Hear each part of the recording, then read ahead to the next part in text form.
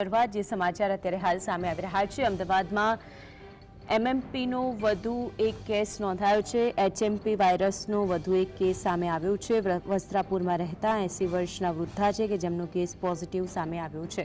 HMP virus કે જેનો વધુ એક કેસ સામે આવ્યો છે। દર્દીની તબિયત સ્વસ્થ હોવાની જાણકારી અત્યારે હાલ સામે આવી છે। 80 વર્ષીય વૃદ્ધા છે જેમનો રિપોર્ટ પોઝિટિવ આવ્યો છે। સ્ટર્લિંગ હોસ્પિટલમાં હાલ દર્દીની સારવાર કરવામાં આવી રહી છે।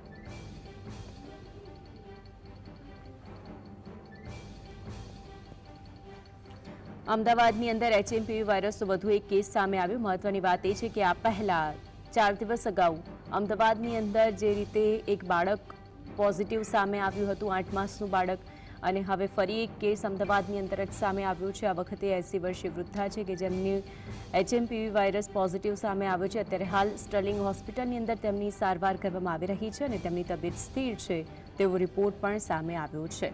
આ સાથે સતર્કતા દાખવવાની જરૂર છે તેવી પણ ગાઈડલાઈન જાહેર કરવામાં આવી છે।